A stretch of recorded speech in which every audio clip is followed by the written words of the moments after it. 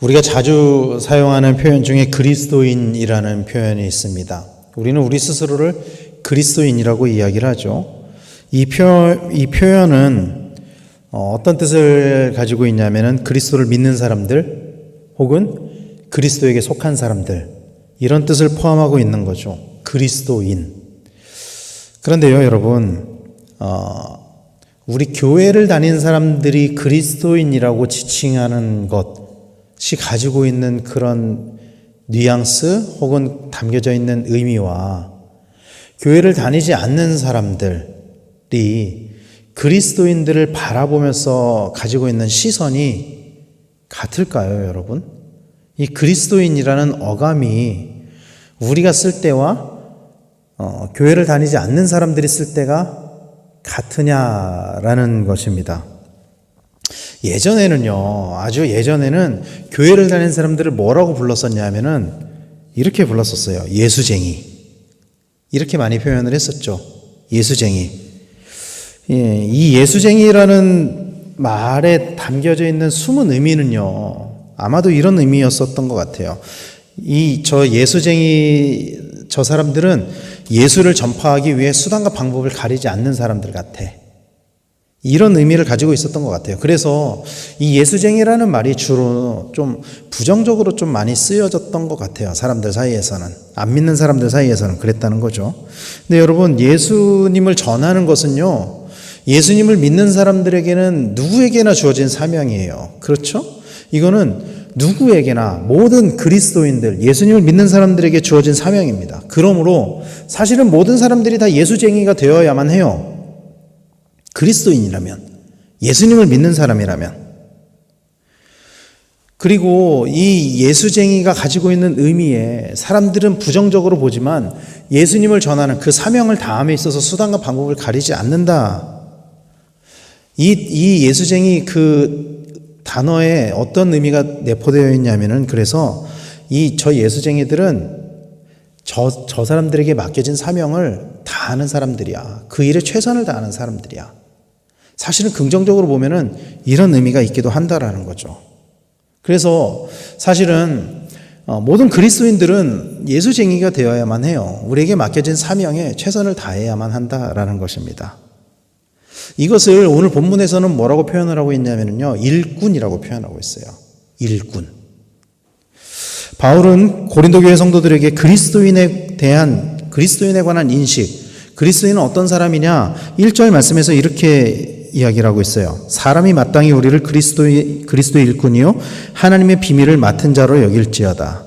그리스도의 일꾼, 여기서 일꾼이라는 헬라어 휘페레테스라는 단어, 이 휘페레테스라는 단어가 가지고 있는 의미는요, 지난 주일에 목사님께서도 이 고린도전서 4장 2절 말씀을 인용하셨는데, 그 똑같은 의미를 가지고 있어요. 고대 전함에서 노를 젓는 사람들, 이 일꾼은 그런 사람들을 의미하는 거예요, 사실은.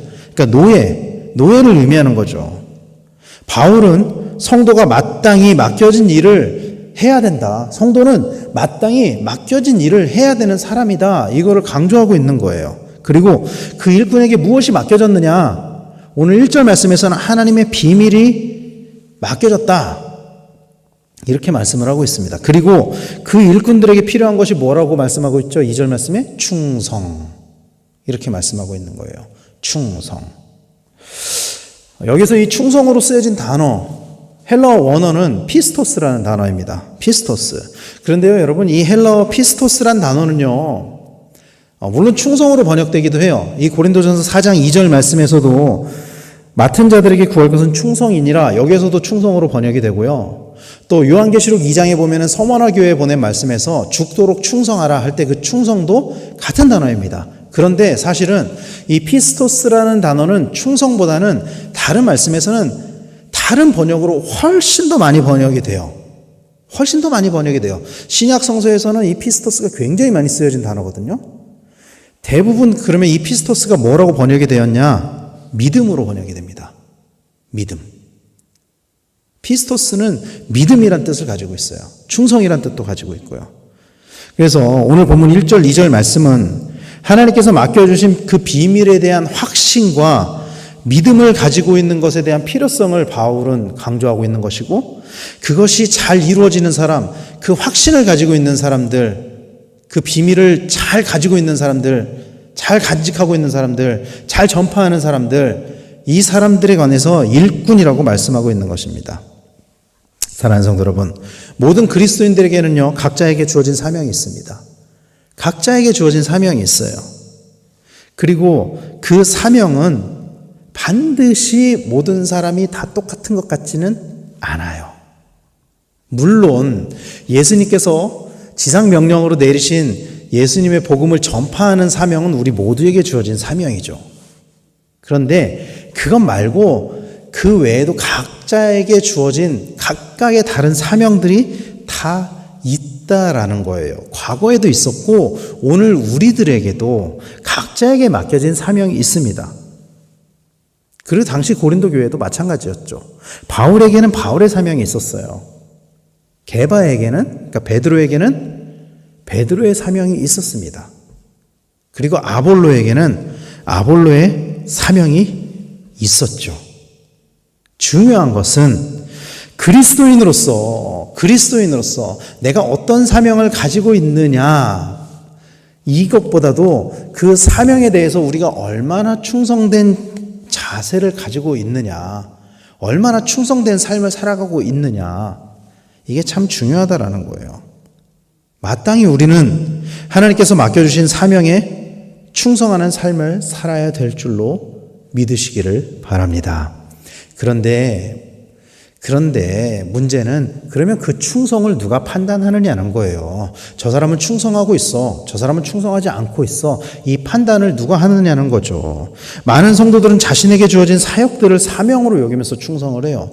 나에게 맡겨진 일들, 교회에서 나에게 맡겨진 사역들을 이게 사명이다 생각하고 충성을 한다라는 거예요. 그런데 때로는 그 충성 때문에, 그 충성으로 인해서 선한 영향력이 나타나는 것이 아니라 그 충성 때문에 때로는 분열이 나타나기도 하고요. 때로는 다툼이 나타나기도 해요. 충성 때문에. 충성하지 않아서 분열이나 다툼이 생기는 게 아니에요, 교회는. 오히려 충성하기 때문에, 그러니까 내가 생각할 때 내 스스로 충성하기 때문에 분열이 생기기도 하고 다툼이 생기기도 한다라는 거예요. 그런 충성을 하나님이 기뻐하시는 충성으로 여길 수 있느냐 하는 것이죠. 그런 질문을 우리는 스스로 던져야 된다는 것이죠. 오늘 본문에서 바울은 자신을 향한 다른 사람들의 판단을 매우 작은 것으로 여기고 있어요. 자신이 충성하는 것에 대해서 다른 사람들이 바라보는 것을 아주 작은 것으로 여기고 있어요. 3절 말씀에 이렇게 말씀하고 있습니다. 너희에게나 다른 사람에게나 판단받는 것이 내게는 매우 작은 일이라. 나도 나를 판단하지 아니하노니. 바울은 이렇게 고백을 하고 있어요. 근데 여러분 보세요. 오늘 우리가 2000년이 지나서 이 바울 서신을 보면서 우리는 이 바울 서신을 어떻게 대하냐면은, 그래, 바울, 기독교 역사상 가장 위대한 사도, 기독교 역사상 가장 위대했던 인물, 예수님의 복음을 가장 잘 전했던 사람, 이렇게 받아들이지만요, 1세기 당시에 바울이 왕성하게 사역을 할 당시에 바울은 어떤 취급을 받았냐면 사람들한테 사도로서 인정받지 못했어요. 자기는 사도라고 막 주장을 하는데 사람들은 바울을, 너 진짜 사도 맞아? 너는 사도의 조건에 부합하지 않는 것 같아. 너는 예수님의 제자도 아니었잖아. 바울이 그렇게 사람들에게 판단을 받았다라는 거예요. 그래서 바울 서신을 보면은 대부분의 바울 서신 앞에 시작할 때 바울이 자기를 뭐라고 말씀하고 있냐면은, 나는 그리스도에게 부름받은, 하나님에게 부름받은 사도다. 자기를 그렇게 주장을 한다고요. 대부분의 바울 서신에. 근데 여러분, 바울 서신 중에 자기를 사도라고 주장하지 않는 서신서도 있어요. 예를 들면 데살로니가 전후서 같은 말씀들은 자기를 사도라고 주장하지 않거든요. 왜냐하면 거기에는 바울의 사도권에 대한 논란이 없었기 때문이에요. 그 교회 사람들은 바울 당신이 사도야? 이러지 않았다라는 거예요. 이게 어느 정도로 문제가 됐냐 하면은, 이 바울의 사도권에 대한 논쟁은 바울이 이 초대교회에서 영향력을 나타내는 데 있어서 걸림돌이 되었고, 바울이 사역을 진행하는 데 있어서도 항상 문제가 됐었어요. 심지어는 바울이 개척한 교회에서도, 자기가 개척한 교회에서도 사도권에 대한 논란이 있었어요. 이 고린도 교회도 바울이 개척했잖아요. 근데 고린도 전서를 시작할 때도 나는 부르심을 받은 사도다, 이렇게 말씀을 하고 있거든요. 그러니까 이게 꽤 심각했다라는 거예요. 특히 유대인들에 의한 이 사도권에 대한 문제 제기가 꽤 심각했다라는 거예요. 그러나 바울은 고린도 교회에 보낸 이 편지에서 그런 것들은 아무것도 아니다, 나한테 중요한 게 아니야, 사람들이 나를 사도로 여기고 사도로 여기지 않고 사람들이 나를 어떻게 판단하고 이런 거는 사실 나한테 그렇게 중요한 게 아니야, 나한테 중요한 건 나를 심판하실 분이 따로 있고 그분이 주님이라는 거야.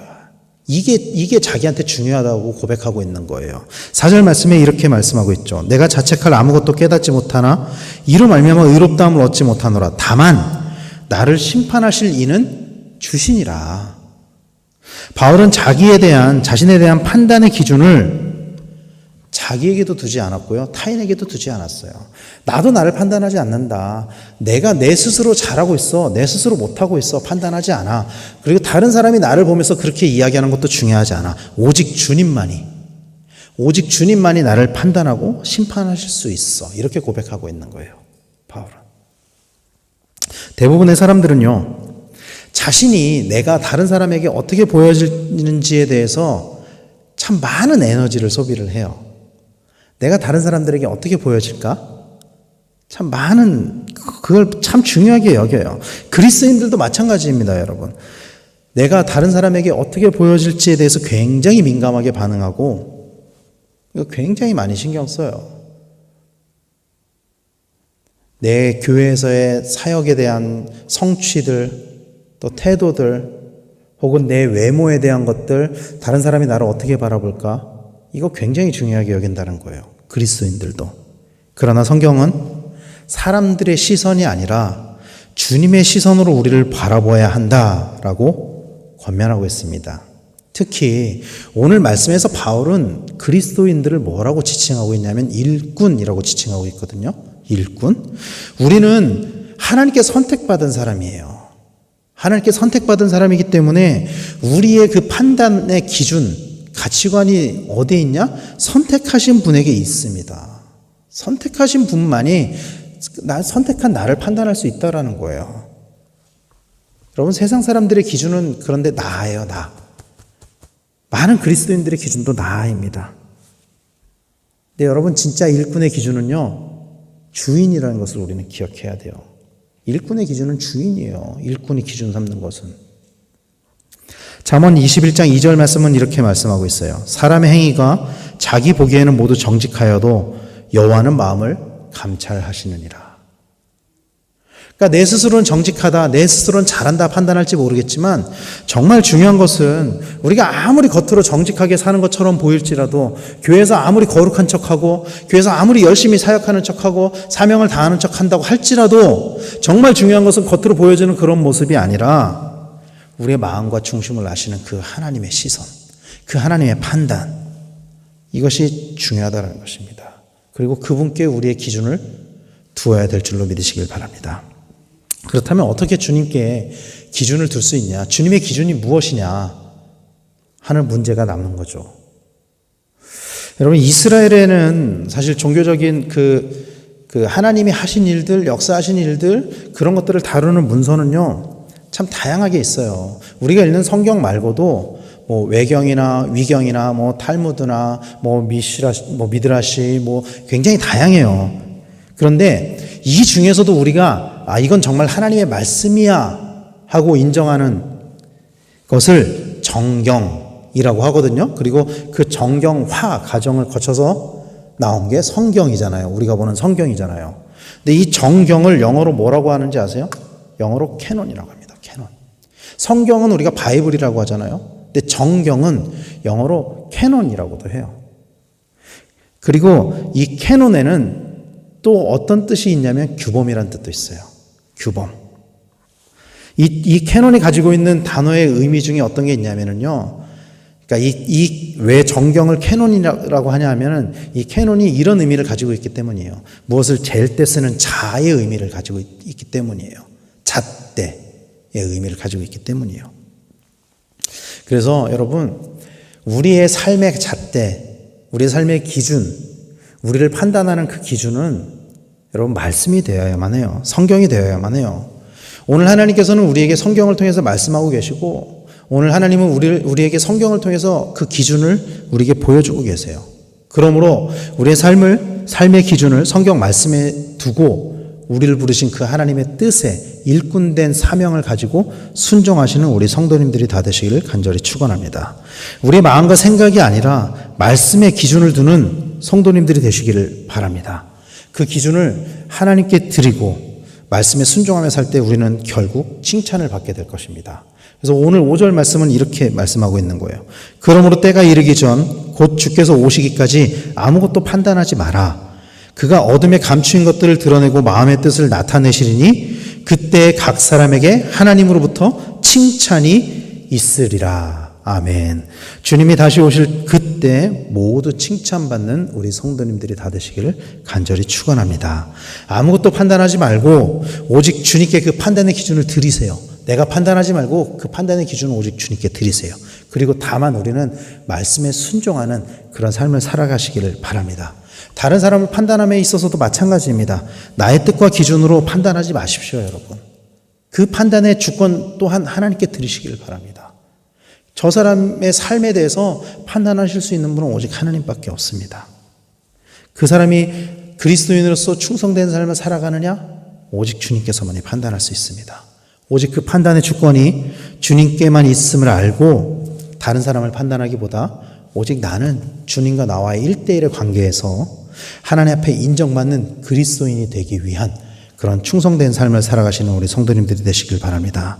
오직 하나님만이 판단하시고 그 판단으로 인해 내가 하나님께 판단받는 그 판단으로 인해 오히려 사람들에게는 때로는 비난을 받을 수도 있고 때로는 비판을 받을 수 있지만 그러나 하나님께서 판단하신 그 판단으로 인해 오히려 하나님 나라에서는 상급이 예비되는 그런 우리 귀한 우리 강변교회 성도님들 모두가 다 되시기를 예수님의 이름으로 간절히 축원합니다.